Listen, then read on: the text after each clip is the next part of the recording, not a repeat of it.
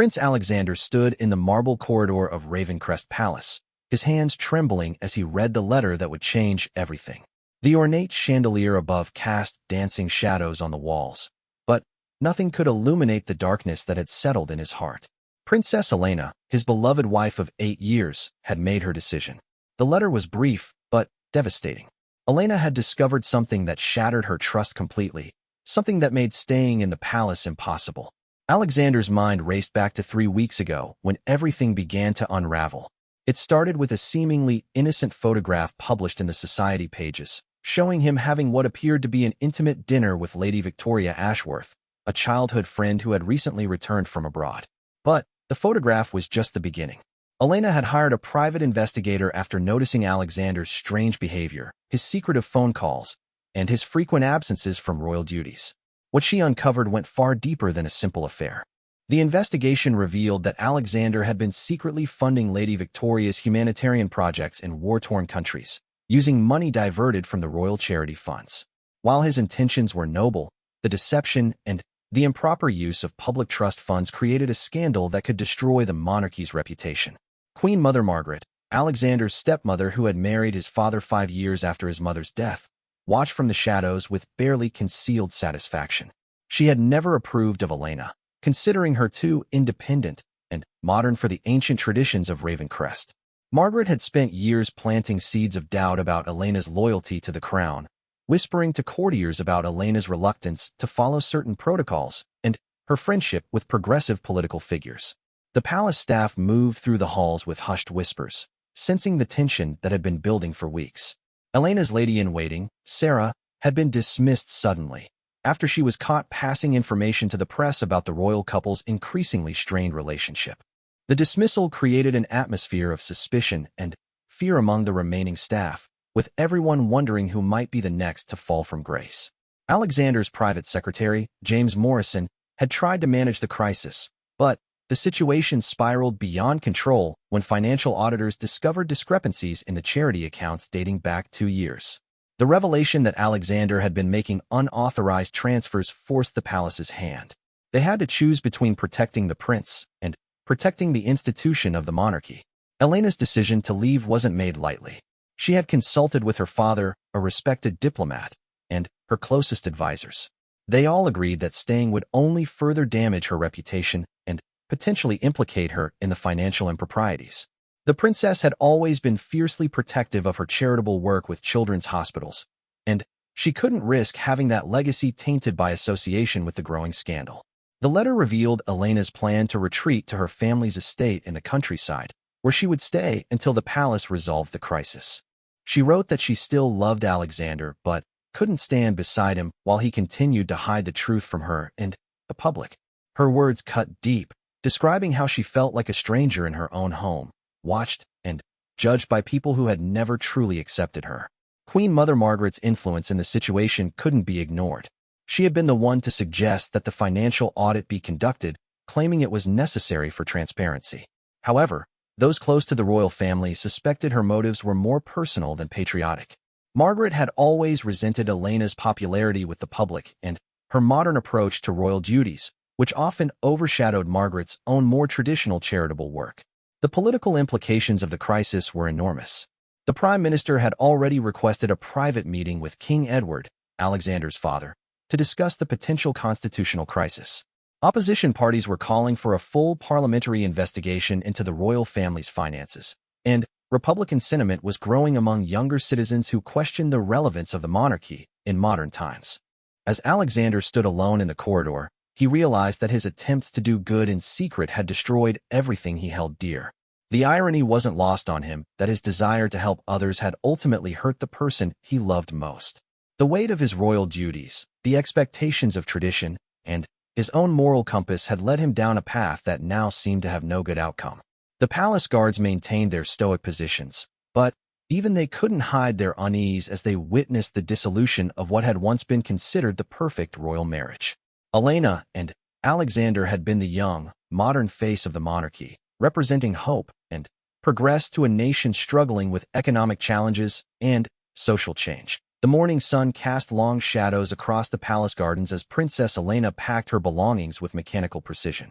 Each item she placed in her suitcase felt like another step away from the life she had built over the past 8 years.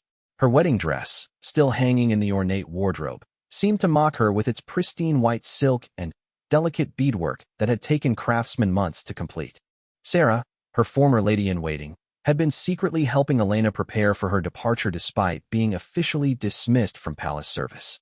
The two women had formed a genuine friendship over the years, and Sarah couldn't bear to abandon Elena during her darkest hour.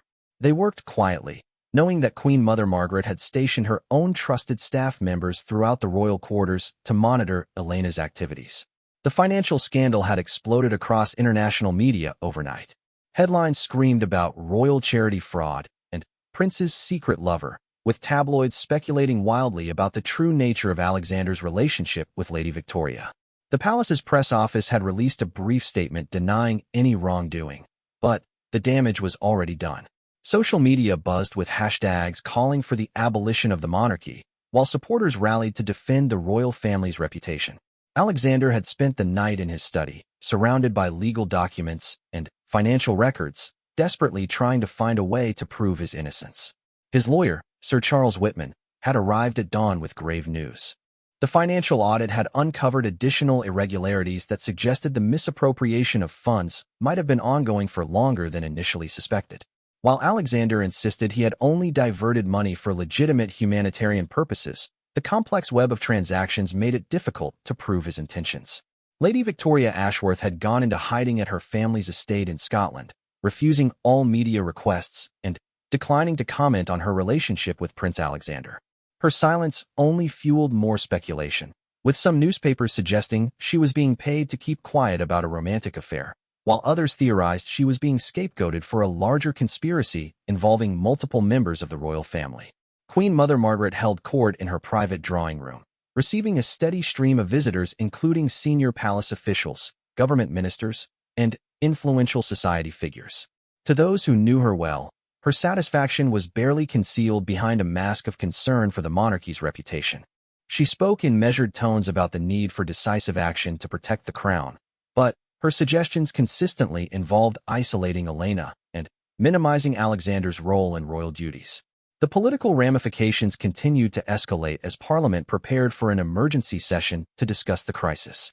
The leader of the opposition had already called for a complete review of royal finances and suggested that the monarchy's exemption from certain financial disclosure laws should be reconsidered. Public opinion polls showed a sharp decline in support for the royal family, particularly among younger demographics who had previously viewed Elena and Alexander as symbols of a modernized monarchy. King Edward found himself caught between protecting his son and preserving the institution he was sworn to uphold. His advisors presented him with stark choices. Either Alexander would have to face a full public trial to clear his name, potentially exposing the royal family to months of damaging testimony, or he would need to step back from his royal duties indefinitely while accepting responsibility for the financial irregularities. Elena's departure preparations were interrupted by an unexpected visit from Alexander's younger sister, Princess Charlotte. Unlike Queen Mother Margaret, Charlotte had always been supportive of Elena and genuinely cared about her brother's happiness. She brought disturbing news about conversations she had overheard between Margaret and certain palace officials, suggesting that the Queen Mother might have been manipulating the situation from behind the scenes. According to Charlotte, Margaret had been in contact with financial auditors weeks before the official investigation began, providing them with specific areas to examine in the charity accounts. More troubling was Charlotte's discovery that Margaret had been corresponding with several newspaper editors, though the content of those communications remained unknown. The revelation added another layer to the crisis, suggesting that the scandal might not have been entirely accidental. The international implications of the crisis were becoming apparent as foreign dignitaries began canceling scheduled visits and trade delegations postponed meetings. The monarchy's role as a symbol of national stability was being questioned not just domestically but by international partners who relied on the royal family's reputation for diplomatic and economic relationships. Elena's phone rang constantly with calls from family members, friends, and even foreign royalty offering support and advice.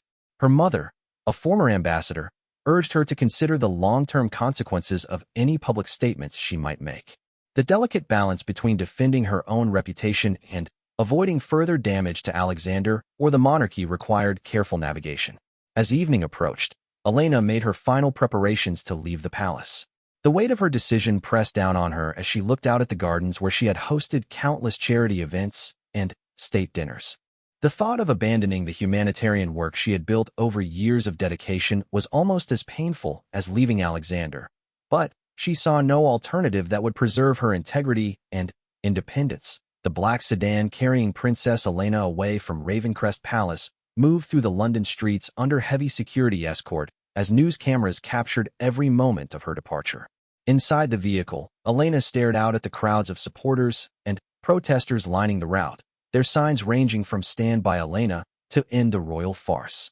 The image of her pale, composed face behind the tinted glass would become iconic, representing both the human cost of the crisis and the dignity with which she faced her exile. Queen Mother Margaret watched the departure from her private balcony, and, for just a moment, her carefully maintained mask of concern slipped. A photographer with a telephoto lens captured what would later be described as a look of unmistakable satisfaction, though Margaret's representatives would vehemently deny any such interpretation. The photograph would spark outrage among Elena's supporters and fuel conspiracy theories about Margaret's role in orchestrating the princess's downfall.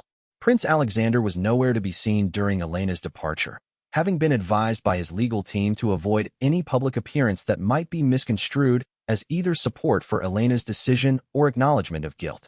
Instead, he remained sequestered in a series of emergency meetings with palace officials, government representatives, and crisis management specialists who were working around the clock to contain the expanding scandal. The revelations about Queen Mother Margaret's potential involvement had created a new dynamic within the palace walls. Princess Charlotte's discoveries had led to a covert investigation by King Edward's most trusted security advisor, who began examining Margaret's communications and movements over the past several months. What they found painted a disturbing picture of calculated manipulation and long-term planning. Margaret had indeed been in contact with financial auditors, but, more significantly, she had been building relationships with certain members of the press corps who covered royal affairs. Her private correspondence, when finally uncovered, revealed a sophisticated campaign to undermine Elena's position within the royal family. She had been feeding negative stories about Elena to sympathetic journalists, while simultaneously positioning herself as the voice of traditional royal values. The humanitarian crisis that had originally motivated Alexander's secret funding decisions was worsening in the war-torn regions where Lady Victoria worked. Refugee camps were reporting critical shortages of medical supplies and food, precisely the kind of emergency that had driven Alexander to divert charity funds in the first place. The bitter irony was that the scandal had frozen all humanitarian aid from the royal charities, making the situation even more desperate. Lady Victoria finally broke her silence with a carefully crafted statement released through her lawyer. She confirmed that Prince Alexander had been funding her humanitarian work, but insisted their relationship was strictly professional and motivated by genuine concern for refugee welfare. She provided detailed documentation of how the funds had been used, showing that every penny had gone directly to legitimate aid organizations operating in crisis zones. The statement vindicated Alexander's claims about his motivations, but raised new questions about why he felt compelled to work in secret rather than through official channels. The answer, according to sources close to the prince, lay in the Byzantine bureaucracy of royal charity management, where Queen Mother Margaret wielded significant influence over funding decisions. Alexander had grown frustrated with delays and rejections for emergency aid requests that he felt were being blocked for petty political reasons. Public opinion began to shift as more details emerged about the humanitarian crisis and Alexander's attempts to address it. Support groups formed online, praising the prince for prioritizing human welfare over bureaucratic procedures. However, constitutional experts warned that good intentions couldn't excuse violations of financial protocols designed to ensure transparency and prevent abuse of public trust. Elena, now settled at her family's countryside estate, received a flood of support from women's rights organizations, humanitarian groups, and progressive political figures who viewed her departure as a principled stand against an outdated institution. Her silence in the immediate aftermath of leaving the palace only enhanced her dignity in the public eye, as many saw her refusal to engage in a public war of words as evidence of her character. The international media coverage intensified as foreign correspondents arrived in London to cover what was being described as the most serious crisis facing the British monarchy in decades. Comparisons were drawn to historical royal scandals, but commentators noted that the modern 24-hour news cycle and social media were amplifying the crisis far beyond anything the monarchy had previously experienced. Parliament's emergency session resulted in the formation of a special committee to investigate royal finances and recommend reforms to oversight procedures. The committee's mandate included examining the role of royal charities, the transparency of financial decision-making, and the accountability mechanisms that should govern the monarchy's relationship with public funds. King Edward faced the most difficult decision of his reign as pressure mounted from multiple directions. Government ministers warned him that the monarchy's survival might depend on decisive action to restore public confidence. At the same time, his paternal instincts urged him to protect Alexander from what increasingly appeared to be a coordinated attack orchestrated by Margaret and her allies within the establishment. The palace staff found themselves choosing sides in what had become an open civil war within the royal household. Those loyal to Queen Mother Margaret continued to provide her with information about Elena and Alexander's activities, while others began secretly cooperating with the investigation into Margaret's role in the crisis. The atmosphere of suspicion and betrayal that permeated the palace made normal operations nearly impossible. As the third day of the crisis dawned, new revelations emerged about Margaret's financial interests that threatened to overshadow even Alexander's charity scandal. Investigative journalists had begun examining Margaret's own charitable foundation and discovered questionable expenditures that suggested she might not be the paragon of fiscal responsibility she claimed to be. The revelation about Queen Mother Margaret's own financial irregularities exploded across the front pages of every major newspaper, fundamentally shifting the narrative of the royal crisis. Investigative reporters had uncovered evidence that Margaret's personal charitable foundation had been paying excessive consulting fees to companies owned by her close associates, while actual charitable work remained minimal. The hypocrisy of her criticism of Alexander's financial decisions while engaging in her own questionable practices sent shockwaves through the establishment.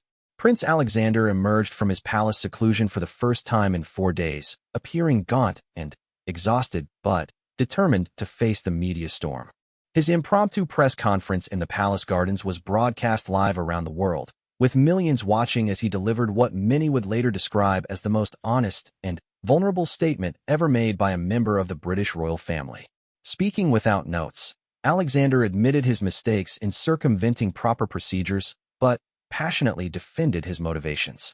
He displayed photographs from refugee camps showing malnourished children and overwhelmed medical facilities, explaining how bureaucratic delays were literally costing lives. His voice broke as he described watching aid requests languish in committee while people suffered, ultimately driving him to take unilateral action that he knew violated protocols. Elena watched the press conference from her family's estate, her emotions torn between pride in Alexander's courage and anguish over the pain evident in his demeanor. For the first time since leaving the palace, she felt a flicker of hope that perhaps the truth might actually matter more than political maneuvering. Her father, the experienced diplomat, noted that Alexander's genuine emotion was cutting through the noise of scandal and reaching people's hearts. The public response to Alexander's statement was immediate and dramatic.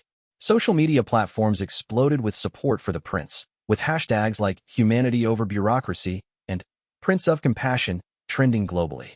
Humanitarian organizations that had previously remained silent began releasing statements praising Alexander's commitment to emergency aid, while criticism shifted toward the systemic problems that had forced him into such desperate measures. Queen Mother Margaret found herself increasingly isolated as former allies distanced themselves from the growing evidence of her manipulation. Several palace officials who had previously supported her traditional approach to royal duties quietly began cooperating with the ongoing investigation.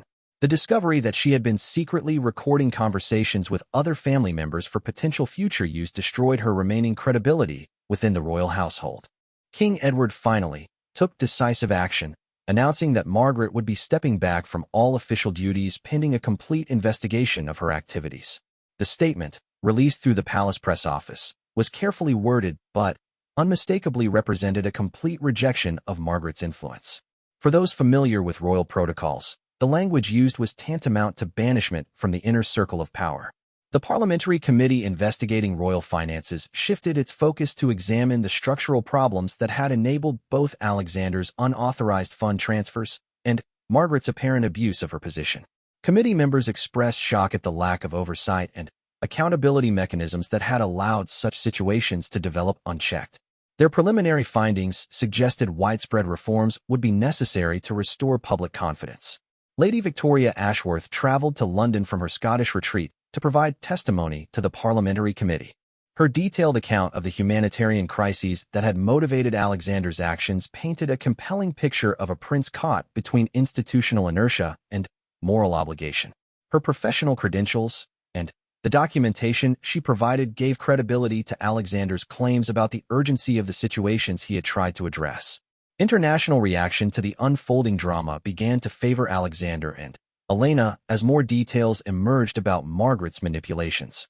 Foreign royal houses privately expressed support for the young couple, while diplomatic sources suggested that several countries had been concerned about Margaret's influence on British foreign policy. Her removal from official duties was quietly welcomed by international partners who had found her approach to diplomacy problematic. Elena made her first public statement since leaving the palace, releasing a carefully crafted letter through her legal representatives. She expressed continued love and support for Alexander while maintaining that her departure had been necessary to preserve her independence and integrity. The statement notably refrained from criticizing Margaret directly. The legal experts noted that her language left open the possibility of future legal action if evidence of deliberate harassment emerged. The financial investigation into Alexander's charity transfers revealed that while proper procedures had been violated, the funds had indeed been used entirely for legitimate humanitarian purposes.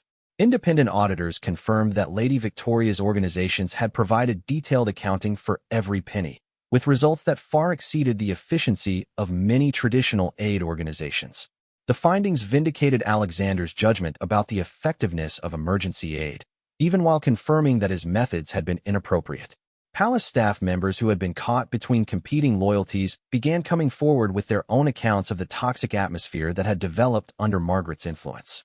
Several described feeling pressure to spy on Elena and report her activities to Margaret's inner circle.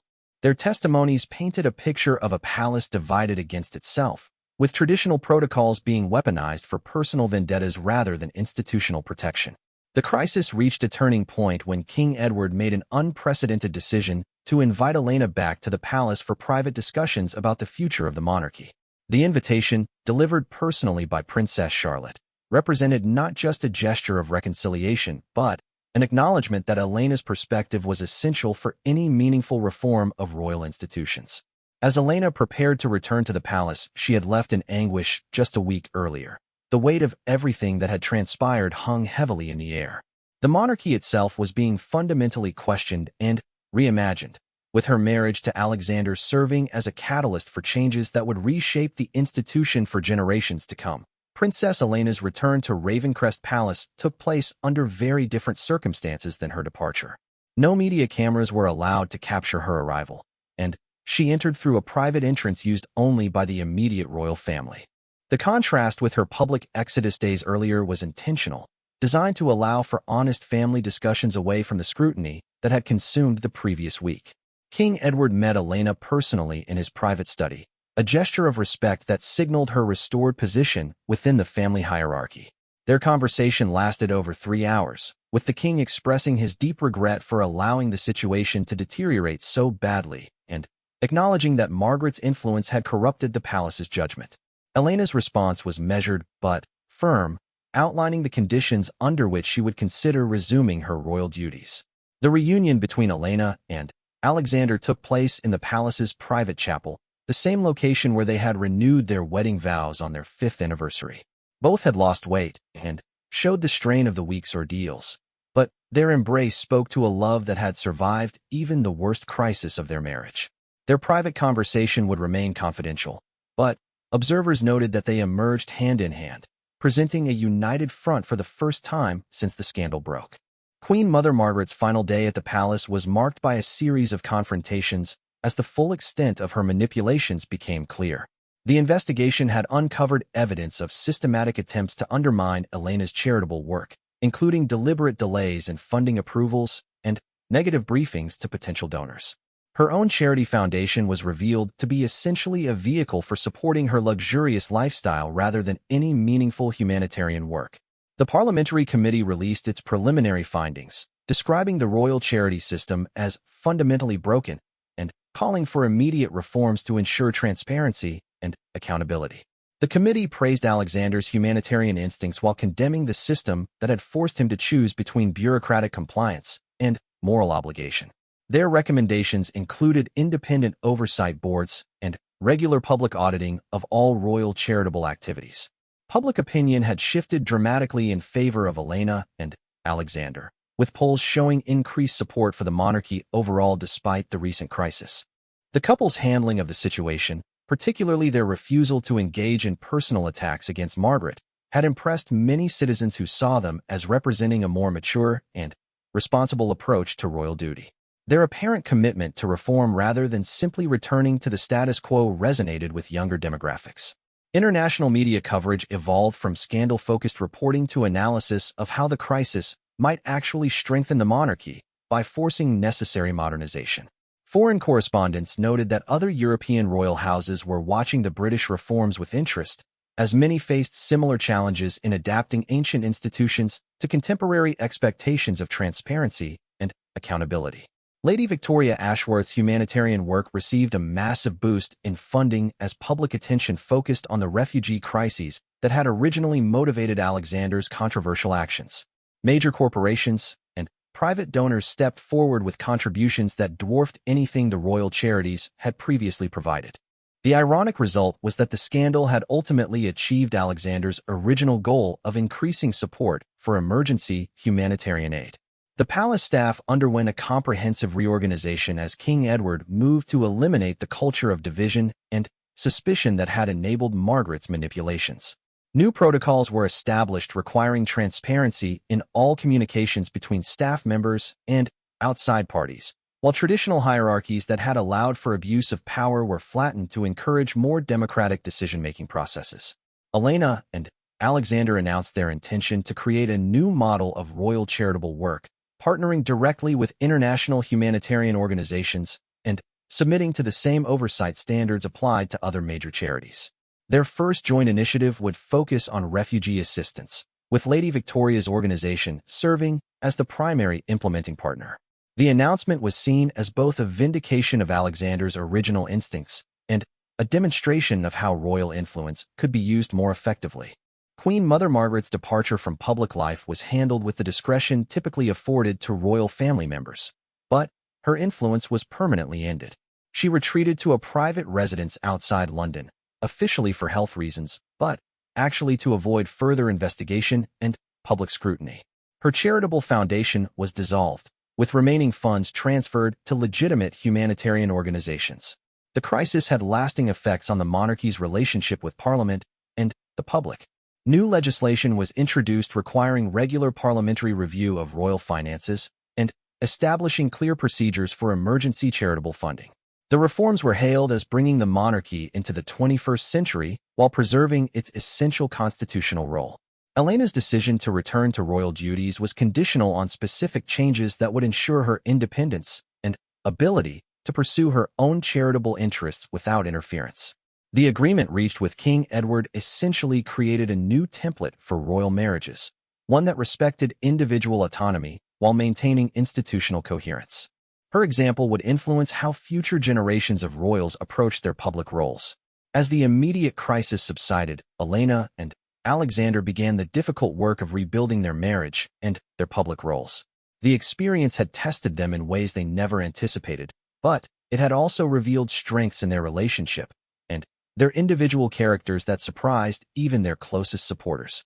Their commitment to using their experience to create positive change suggested that the monarchy might emerge stronger from its greatest crisis in generations. The scandal that had threatened to destroy the royal family ultimately became the catalyst for its renewal. The painful process of confronting institutional failures and personal betrayals had cleared the way for a more transparent, accountable, and effective monarchy. Elena and Alexander's journey from crisis to reconciliation offered hope that even the most traditional institutions could adapt and evolve while maintaining their essential purpose and dignity.